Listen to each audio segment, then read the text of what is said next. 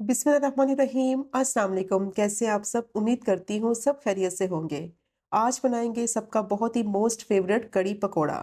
बहुत ही बेहतरीन और शानदार ये कड़ी बनती है और यकीन करें जब आप इस रेसिपी को एक दफ़ा ट्राई करेंगे तो बार बार इसी से बनाना पसंद करेंगे। बहुत ही सॉफ्ट इसके पकोड़े होंगे और परफेक्ट कंसिस्टेंसी के साथ इसको तैयार करेंगे। तो ये लाजवाब कड़ी को किस तरह से बनाया जाता है उसके लिए आपने वीडियो को एंड तक देखना है ताकि रेसिपी का कोई भी पार्ट आपसे मिस ना हो। और अगर आपको रेसिपी पसंद आए तो हमेशा की तरह चैनल को भी ज़रूर सब्सक्राइब करें। तो चलिए शुरू करते हैं इस मज़ेदार सी रेसिपी को बनाना। तो सबसे पहले मैंने खुले मुंह वाला बर्तन ले लिया है, उसमें डालेंगे 4 कप दही जो कि वेट में 1 kg है। और बॉल में जो दही है उसमें थोड़ा सा मैंने पानी डाला है ताकि वो ज़ाया ना हो।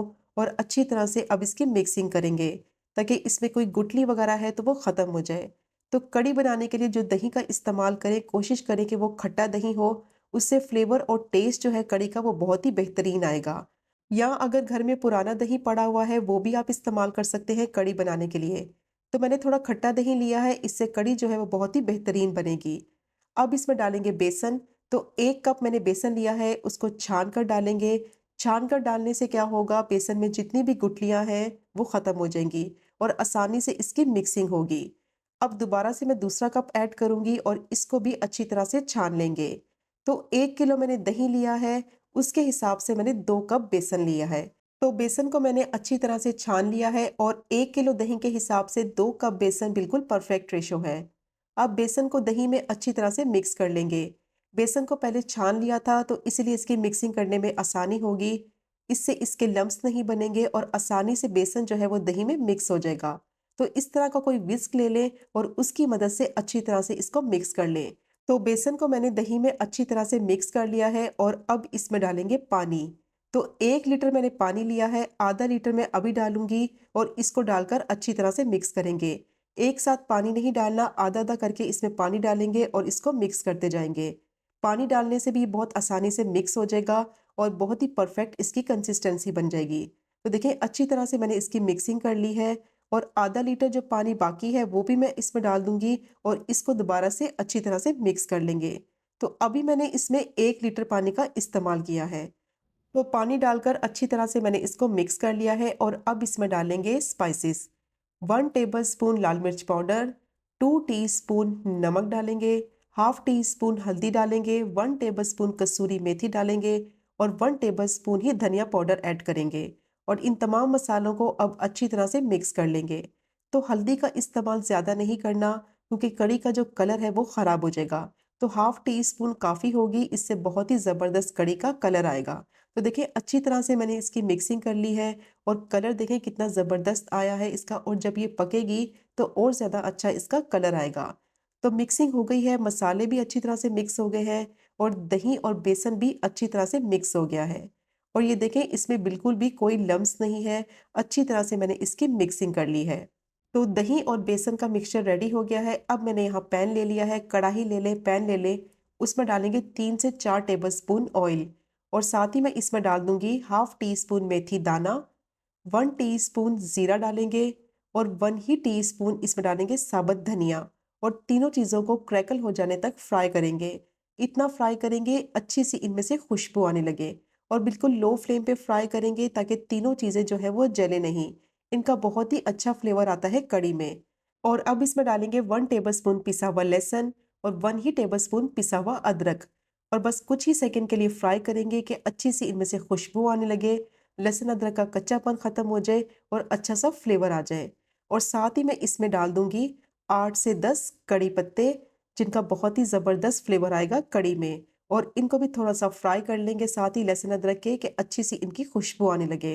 और अब इसमें डालेंगे 2 बिल्कुल बारीक चॉप की हुई प्याज, 6 से 7 मैंने हरी मिर्चें ली थी, उनको भी बारीक चॉप कर लिया था, वो डालेंगे। और अब इन दोनों चीज़ों को भी फ्राई करेंगे और प्याज को इतना फ्राई करना है कि इसका कलर जो है वो ट्रांसपेरेंट ही रहे, बस ये थोड़ी सी सॉफ्ट हो जाए।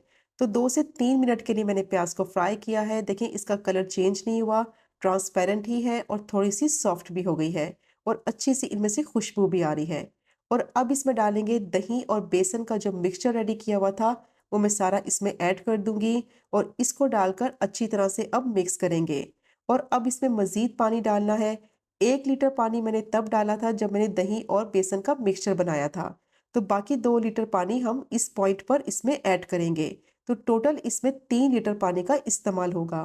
तो 1 लीटर पानी मैंने और डाला है और इसको डालकर अच्छी तरह से मिक्स करेंगे।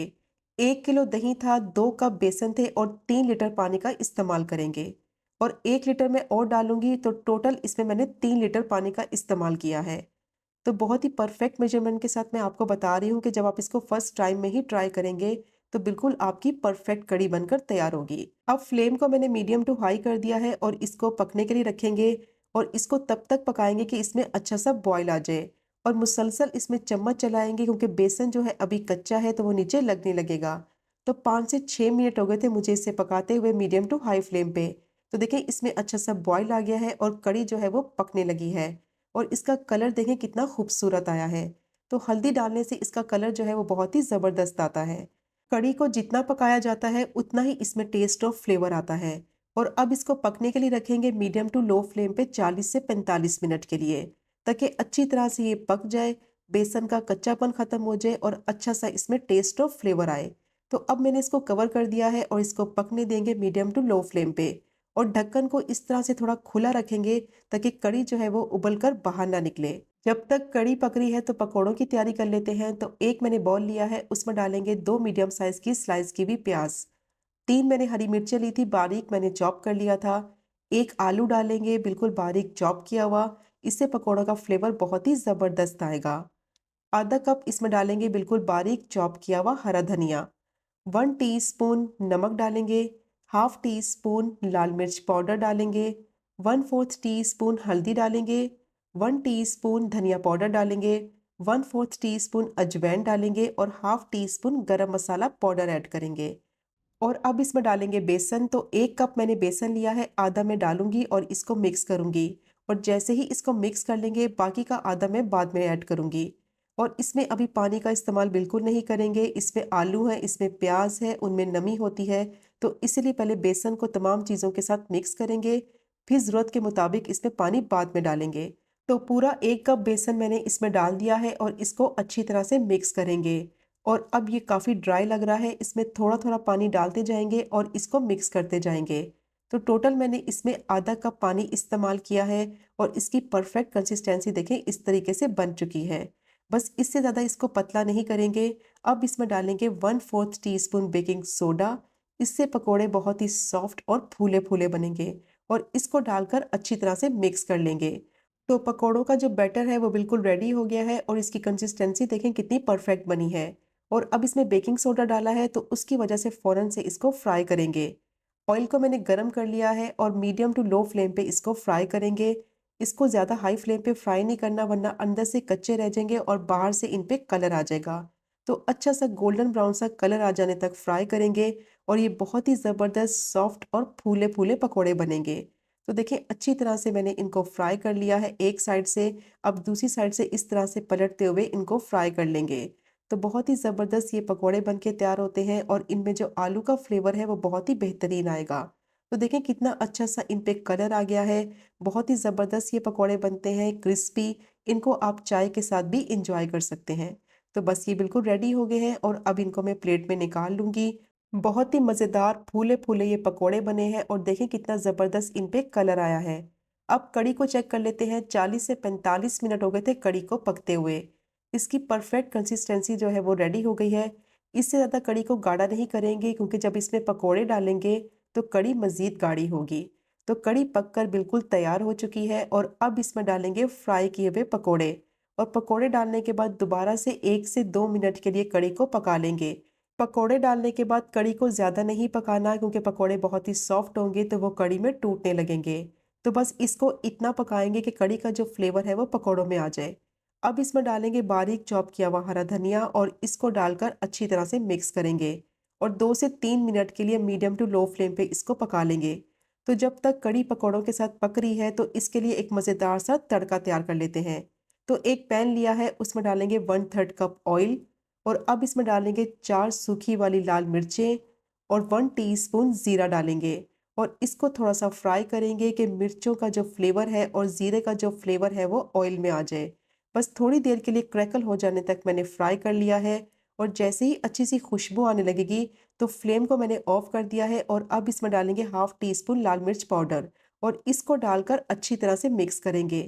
लाल मिर्चें डालने से पहले फ्लेम को ज़रूर बंद कर देना है ताकि ये जले नहीं। तड़का बिल्कुल रेडी हो गया है और अब इसको फ़ौरन से लगाएंगे कढ़ी के ऊपर और अच्छी तरह से इसकी मिक्सिंग करेंगे। तो बहुत ही बेहतरीन और लाजवाब कढ़ी जो है वो तैयार हो गई है। बहुत ही टेस्टी बनती है, ज़रूर ट्राई कीजिएगा इस मज़ेदार सी रेसिपी को। और जब आप इसको एक दफ़ा ट्राई करके अपने फैमिली मेम्बर्स को खिलाएंगे तो मैं दावे के साथ कह सकती हूँ कि आप इसी रेसिपी से बनाना पसंद करेंगे। तो बिल्कुल परफेक्ट मेजरमेंट के साथ मैंने आपको ये कढ़ी बनाना बताई है और जब आप इसको फर्स्ट टाइम में ही ट्राई करेंगे तो आपकी बिल्कुल परफेक्ट बनेगी। तो ये चेक करें आप इसकी कंसिस्टेंसी कितनी परफेक्ट बनी है। और इसको आप सर्व करें वाइट राइस के साथ या रोटी के साथ, बहुत ही मज़े की लगेगी। तो मैंने इसके साथ वाइट राइस बनाए थे और ये चेक करें पकोड़े कितने सॉफ्ट बने हैं। तो ज़रूर ट्राई कीजिएगा ये मज़ेदार से कढ़ी पकोड़ा की रेसिपी को। और अगर आपको आज की वीडियो पसंद आए तो चैनल को सब्सक्राइब करें, लाइक करें और शेयर करें। इंशाल्लाह मिलेंगे अगले कुकिंग व्लॉग में फिर एक नई रेसिपी के साथ। तब तक मुझे अपनी ख़ास दुआ में याद रखें। अल्लाह हाफ़िज़।